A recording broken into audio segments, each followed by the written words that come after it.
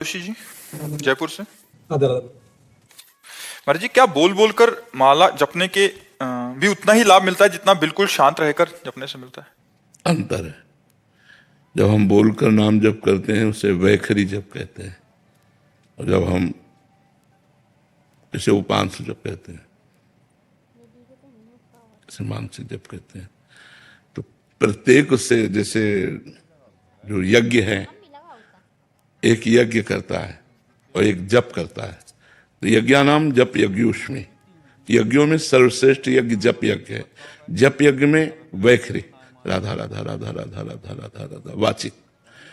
तो यज्ञ से 10 गुना बढ़ करके वाचिक जप में फल है, वाचिक से 100 गुना बढ़ करके उपांश में है, उपांश से 1000 गुना बढ़ करके मानसिक में है। ऐसा प्रभाव है। पर ये गुना में ना फंसे, क्योंकि मानसिक जप निरंतर सिद्ध पुरुषों का होता है। साधक को उपांश या वाचिक में ही अपने को पहले रमाना चाहिए। राम नाम मणिदीप धर जीह देहरी द्वार, तुलसी भीतर बाहिरो जो चाह सुजियार। यद जिह्वाग्रे वर्तते नाम तुभ्यम, अहोबत सुपचतो गरियान। यद जिह्वाग्रे, जिह्वा के अग्र राधा राधा राधा राधा राधा राधा। तो अगर हमारा मन नहीं लग रहा है तो हमें वाचिक पर पहले बहुत समय देना चाहिए, फिर वाचिक से उपांश में, और उपांश से मानसिक चलता है। मानसिक सिद्धों का चलता है, साधकों का नहीं। साधक को तो वाचिक और उपांश में ही अपनी परिपक्वता समय को पूरा लगाना चाहिए। और जब मन भगवदाकार हो जाता है, तो जैसे हम श्वास ले रहे हैं, दिल धड़क रहा है, ऐसे स्वाभाविक नाम मंत्र चल रहा है, दिमाग में छाया हुआ है, वो बात अलग होती है। तो इसका अलग अलग फल है। सोनू जी श्री हरिवंश महाराज। श्री हरिवंश महाराज जी, जिस प्रकार भगवान शिव के प्रिय भक्तों में नंदी जी हैं तथा श्री राम जी के प्रिय भक्तों में हनुमान जी हैं, ठीक उसी प्रकार आपका परम प्रिय भक्त बनने या उस श्रेणी तक आने के लिए एक शिष्य को, हमारा कोई भक्त के, हम खुद तो भगवान के चरण दास हैं। तो दासों के दास थोड़े होते हैं, दास तो दास ही होता है। हमको तो जो पकड़े मिलता है वो श्री जी के चरणों में चढ़ा देते हैं। तो हम श्री जी के चरणों तक पहुंचाने वाले पोस्टमैन हैं। श्री जी की बात आप तक, आपकी बात श्री जी तक। हम तो खुद दास बनना चाहते हैं। हम दास किसे बनाएंगे? हाँ, दास तो स्वामिनी जी के, प्रियालाल के दास, समझ रहे ना? गुरुदेव, एक बड़ी दुविधा है जी। हमारा सिनेमा हॉल है भागीदारी में, नए जमाने का मल्टीप्लेक्स बोलते हैं, थिएटर। तो उसकी आमदनी को शुद्ध कैसे करें? जैसे राजा का अन्न खाने से ऋषिवर का रानी का हार अपने झोले में डाल दिया। हाँ, उसको जैसे गौशाला है, कोई बीमार आदमियों के लिए औषधालय है, धन एकत्रित करो, और उसके द्वारा जैसे गरीब लोगों की औषधि की व्यवस्था है, गौओं की सेवा है, संत सेवा है, धर्मशाला, ऐसा फ्री व्यवस्था कि कोई यात्री ठहर जाए तो आराम से, ऐसी व्यवस्थाएं धन को सदुपयोग में लाना चाहिए, सदुपयोग में करना चाहिए। उससे सो धन धन्य प्रथम गति जाकी, वो धन धन्य हो जाता है जो संत सेवा, भगवंत सेवा, गौ सेवा, समाज सेवा में लगता है निष्काम भाव से, वो धन पवित्र हो जाता है। तो कुछ पैसा ऐसा निकाल करके रखते जाना चाहिए जो आपकी आयस के अनुसार। फिर उसके बाद जहां अपने को भगवत प्रेरणा हो वहां उसको सेवा में लगा देना चाहिए। और कोई यश नहीं लेना चाहिए, मतलब किसी भी तरह का धन्यवाद नहीं लेना चाहिए, गुप्त रूप से कर देना चाहिए। पर जी अंदर एक बहुत कामना सी रहती है कि वो बोले, कोई तो बोले कि हमने किया है ये, या हमारा नाम, तो उससे आपका पुण्य नष्ट हो जाएगा। अगर आपका पुण्य पूरा बचाना है तो मतलब ऐसी जगह दिया जाए जहां आप पानी भी न पिए और आपको कोई धन्यवाद भी न बोले। वो परिस्थिति जब, हाँ, नाम जप से आ जाएगी दैन्यता और गुप्त। जब ये बात आती है ना कि मेरी थोड़ी वस्तु है, तो दियम वस्तु गोविंदम तुभ्यमेव समर्पय, आपकी दी हुई चीज आपको समर्पित कर रहे, मेरा नाम व्यर्थ में क्यों ले रहे हो? ये तो प्रभु ने आपके लिए ही हमारे पास भेजा था, तो हम तो आपकी धरोहर आपको दे रहे हैं। ऐसा भाव रखने से वो अहंकार नहीं आता है। तो दियम वस्तु गोविंदम तुभ्यमेव समर्पय। आदित्य कंसल जी। राधे राधे गुरुदेव। राधे राधे महाराज जी, जब भी मैं तर्क वितर्क करता हूं तो मुझे सही में गलत और गलत में सही दिखाई देने लगता है। सही और गलत का अंतर सूक्ष्म हो जाता है। अब कहीं ना कहीं बच्चा, श्रद्धा तो रखनी पड़ेगी। अगर श्रद्धा नहीं रखोगे तो फिर फाइनल कैसे कर पाओगे? आपकी बुद्धि तर्क वितर्क में लगे तो अपने गुरुजनों पर, संतों पर हम श्रद्धा रखें और अपना तर्क वहां रखें, और वो जो बोल दें तो उसको माने हम। बिना श्रद्धा के तो ज्ञान भी प्राप्त नहीं होता। श्रद्धावान लभते ज्ञानम तत्परा संयतेन्द्रिया ज्ञानम लब्ध्वा परम शांति मचरेणाधिगच्छति। तो श्रद्धा हमारे परमार्थ की भूमिका है, नींव है। अगर श्रद्धा नहीं रखोगे, केवल तर्क वितर्क, तो फिर तो बात बिगड़ी जाएगी बच्चा। श्रद्धा, प्रथम हृदय श्रद्धा जो करे। हम संतों के वाक्यों पर श्रद्धा करते। मान लो मेरा मन स्वीकार नहीं कर रहा किसी बात को, लेकिन कोई संत कह रहा तो मुझे बात मान लेने की, नहीं संत वाक्य मुझे इस पर, ये मेरी श्रद्धा का विषय है, ये तर्क का विषय नहीं। संत वाक्य तर्क का विषय नहीं है, गुरु उपदेश गुरु वाक्य तर्क का विषय नहीं, ये श्रद्धा का विषय है। श्रद्धा विश्वास बिना तो भगवत मार्ग फिर भवानी शंकरो वंदे श्रद्धा विश्वास रूपिणो याभ्याम बिना पश्चंत सिद्धा स्वंता स्तमीश्वरम। तो कहीं तो श्रद्धा विश्वास करना पड़ेगा, तभी तो अपने तर्क पर हम विजय प्राप्त करेंगे। नहीं तो वो तर्क हमें परेशान कर देगा, वो निगेटिव भी ले जाएगा, इतना निगेटिव ले जाएगा कि आप परेशान हो जाओगे। तो इसलिए तर्क को रोकने के लिए या तर्क का समाधान प्राप्त करने के लिए हमें शास्त्र, सदगुरुदेव, संत वाक्यों पर विश्वास श्रद्धा करनी पड़ेगी। समझ रहे हो कि नहीं? तभी आप निपट पाओगे, नहीं तो बार बार तर्क क्यों, फिर क्यों है। हाँ, उलझन वो फिर परेशान कर देगा। एक जगह यह है कि ये जो बोल दे वो हम मान लेंगे, हम उस पर अपने तर्क को नहीं रखेंगे।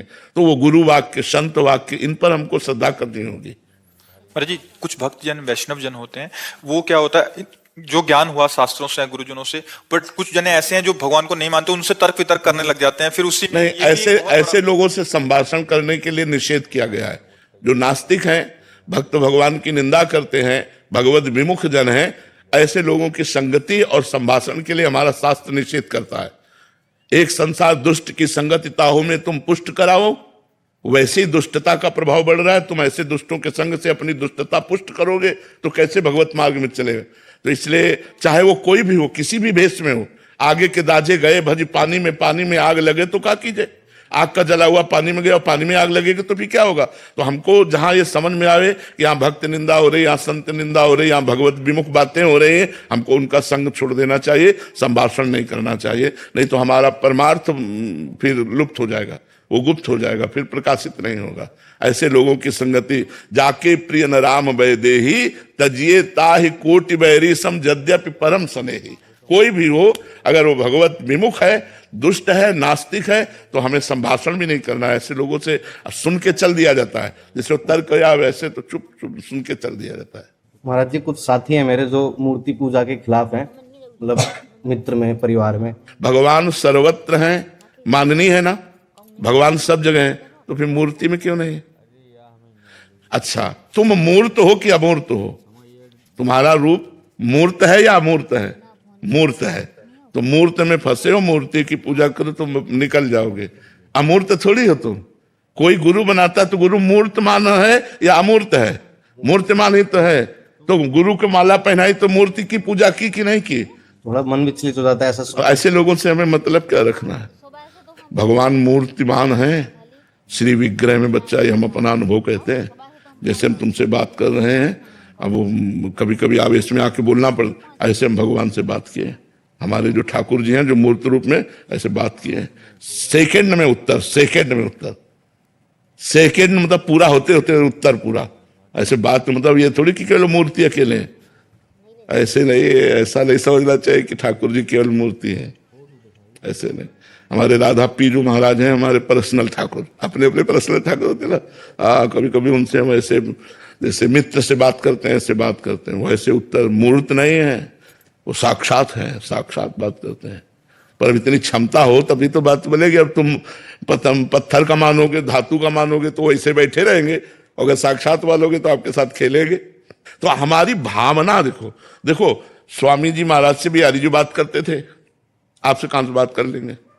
आप देखो, आपको मूर्ति दिखाई देंगे। और स्वामी जी से बात करते थे, हरिवंश महाप्रभु से राधा वल्लभ जी बात करते थे, गोपाल भट्ट से राधा रमण जी बात करते थे। तो हमारी भावना किस तरह से है? अगर हमारी भावना साक्षात में है तो आपसे सच्ची कहते हैं, बिल्कुल वैसे सुख मिलता है साक्षात का है। जब चरण उनके चापो, उनको दुलार करो, दुलार करके शयन कराओ तो पूरा, फिर झांक के देखो शयन कर, हाँ सो गए सो जाओ। वैसे ही भावना की जाती है, वैसे सब। अब मूर्ति मान कर चिरौरी रख दोगे तो मूर्ति दिखाई, वो क्या जाने, वो प्यार क्या जाने करना। तभी तो वृंदावन की धूल में धूसरी तन करें तब कुछ उनको ज्ञान हो। सब क्या है, भगवान शंकर से बनकर बढ़कर कोई ज्ञानी नहीं जो वृंदावन की रज की याचना करते हैं। जो रज शिव सनकादि की याचत सो रज शीस चढ़ाऊं, किशोरी तेरे चरण की। ये राधा वल्लभ जी ये स्वयं प्रकट है, किसी कलाकार के द्वारा निर्मित नहीं बच्चा, ये स्वयं प्रभु है। लेकिन हमारी दृष्टि कितने सेकंड टिकती है, ऐसे गई ऐसे, उनकी तरफ तो नाक नहीं मिले। और रसिकों को देखो सीधे आंख में आके टक मिलाकर फिर उनसे जो बात होती है, जो अंदर इस पूर्ण घंटों रोते हैं, पर आप मानते नहीं ना, आप तो मूर्ति मानते हैं। तो मूर्ति बने खड़े, जाकी रही भावना जैसी, प्रभु मूर्ति देखी तीर्थ ऐसी। तो भावना का सारा खेल है। पार्थ राधा वल्लभ श्री हरिवंश। श्री हरिवंश महाराज जी गीता जी के 12वें अध्याय में भक्ति योग में अद्वेष्टा सर्वभूतानां मैत्र करुण एवच निर्ममो निरहंकारा सम दुख सुख समी। महाराज जी इसमें इस श्लोक में बताए गए लक्षण कब प्राप्त होते हैं महाराज जी, इसके लिए साधु को कैसे प्रयासरत रहना चाहिए? देखो, सबसे पहले संत समागम हम अधिक से अधिक करें, शास्त्रों का स्वाध्याय करें और भगवान नाम जप करें। इन 3 कार्यों की पूर्ति के लिए पवित्र भोजन करें। पवित्र भोजन के साथ हमारी इंद्रियों का विलास पवित्र हो। जब हम निरंतर नाम जप करते हैं, हमारी इंद्रियां धीरे धीरे निर्विषय होती हैं, तो पवित्र इंद्रियां, पवित्र मन, पवित्र विचार, तब अद्वेष्टा सर्वभूतानां मैत्रः करुण एवच निर्ममो निरहंकारा सम दुखा सुखा क्षमी। वो किसी भी जीव में न दोष दर्शन करता है, न द्वेष बुद्धि करता है, सब में भगवान को देता है। उमा जे राम चरण रत विगत काम मद को हो, निज प्रभु में देखें जगत कैसन करें विरोध। वो सब में अपने प्रभु को देखता है। अद्वेष्टा, वो दोष दर्शन रहित, द्वेष भाव रहित। मैत्रः करुण एवच, वो सबसे मित्रता का व्यवहार करता है, पर निर्मम, ये कला है। मित्रता का व्यवहार करते हुए भी ममता रहित। वो करुणा करता है सब पर, लेकिन करुणा का भाव रहने पर भी निरहंकारा। निर्ममो निरहंकारा, ये मैत्रः करुण एव के नीचे। मैत्रः निर्ममो, करुणा निरहंकारा। दया का भाव हो लेकिन अहंकार ना हो कि मैं इन पर दया कर रहा हूं। मित्रता का भाव हो पर कहीं ममता न हो।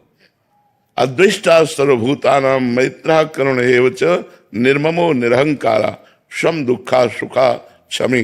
सुख और दुख में समान भाव रखने वाला क्षमावान पुरुष भगवान कह रहे मुझे बहुत प्रिय है, वो मेरा भक्त है। लेकिन ये तभी स्थिति आएगी जब हमारा नाम जप होगा, साधु समागम होगा, शास्त्र स्वाध्याय होगा, पवित्र भोजन होगा और इंद्रियों को पवित्र रखेंगे, जितेंद्रियता।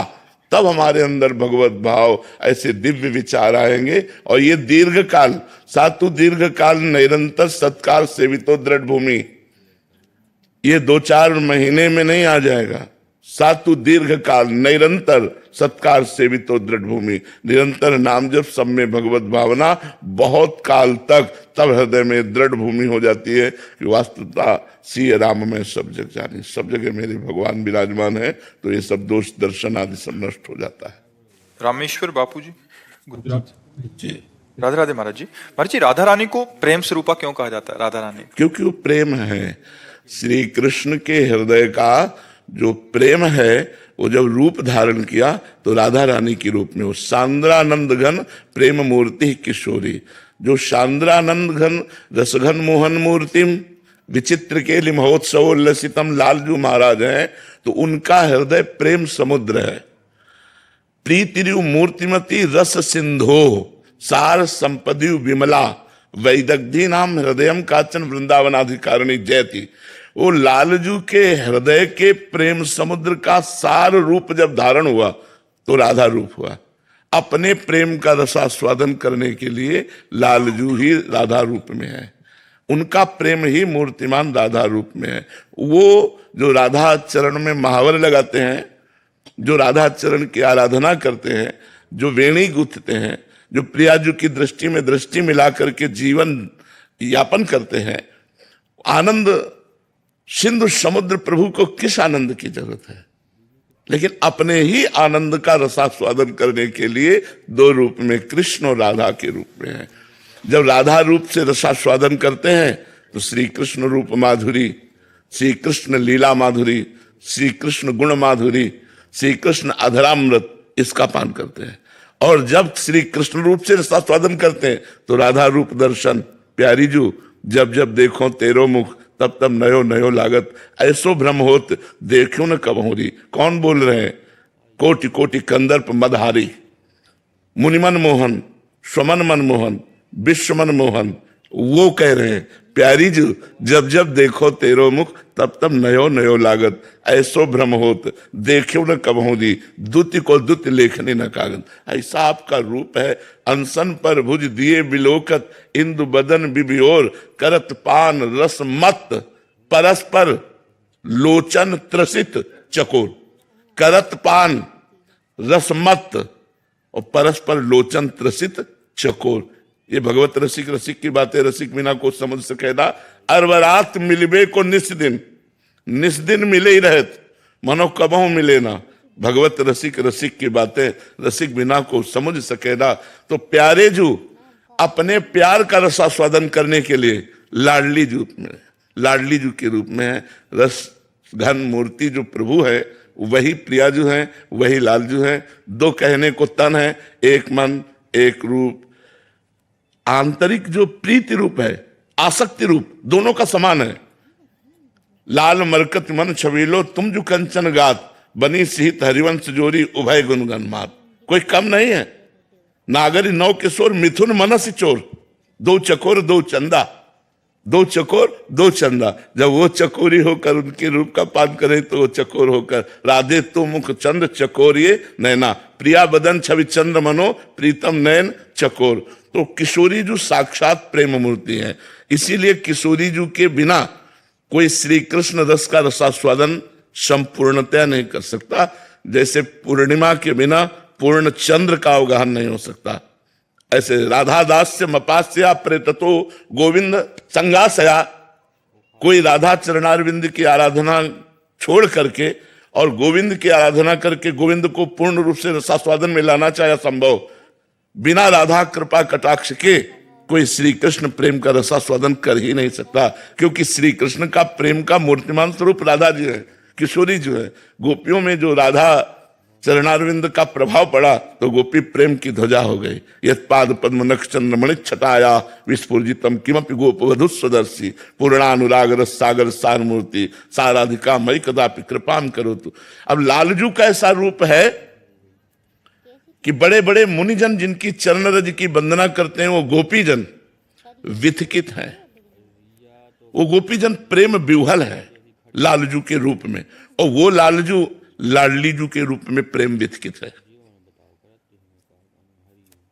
रोम रोम जो रसना होती तो तेरो रूप न बखानो जान, स्वामी हरदास जी कहते हैं। श्री हित ध्रुवदास जी कहते हैं कोटि कोटि रसना जो रोम रोम प्रति होए, प्यारी जू के रूप को न बखान कहो जाता है। अति अगाध सिंधु पार नहीं पावे को, थोड़ी बुद्धि सीप मांझ कैसे के समात है। हमारी बुद्धि सीप है और प्रियाजू का रूप समुद्र है, भला सीप में समुद्र कैसे समा सकता है। और ये रूप पाछे न होती अब हूं आगे हूं न होए है, ये गति अद्भुत रूप की और है। ये कौन बात जो अब ही और अब ही और अब ही और है। बस ये जो प्रेम प्रतिक्षण वर्धमान, जैसे ऐसे प्यारी जी का रूप प्रतिक्षण वर्धमान, इसी का रसास्वादन करने के लिए नवनिकुंज बिहारी श्री लालजू अधीन है। जाके अधीन सदा ही सांवरो या ब्रज को शिरताज, हमारे माई श्यामाजू को राज। लालन तेरे ही अधीन, तेरे ही रस बस, श्याम सुंदर वर जाचत हैं ज्यों दीन। लालन तेरे ही अधीन, सुनरी सखी हो साच कहते हो तू जल है ये मीन। सुनरी सखी और साच कहते हो तू जल है ये मीन। लालन तेरे ही अधीन, अखिल कोटि ब्रह्मांड को दान करने वाला, सुख दान करने वाला। मांगत लाल लाड़िलो नागर, प्रगट भई दिन दिन की चोरी, दान दैरी नवल किशोरी। मांगत लाल, जिस दरबार में खड़े होकर के लालजू याचना करते हैं सेवा सुख की, वो है हमारी महारानी जी का दरबार। महारानी जो है लालजू के हृदय का आनंद, लालजू के हृदय का आह्लाद। लालजू का हृदय जब मूर्तिमान रूप धारण किया तो राधा किशोरी रूप हुआ। दो नहीं है, एक रुचि, एक स्वभाव, एक वय, एक प्राण, दो तन। केवल कहवे को दो तन, एक मन, एक रुचि, एक स्वभाव, एक वय, एक प्राण। दो तन में एक प्राण चलते हैं। राधा और कृष्ण के एक प्राण है, एक मन है, एक रुचि है, एक स्वभाव है, एक वह है। कहाँ तक उनका वर्णन करे, वो ही वो है और वो ही वो है।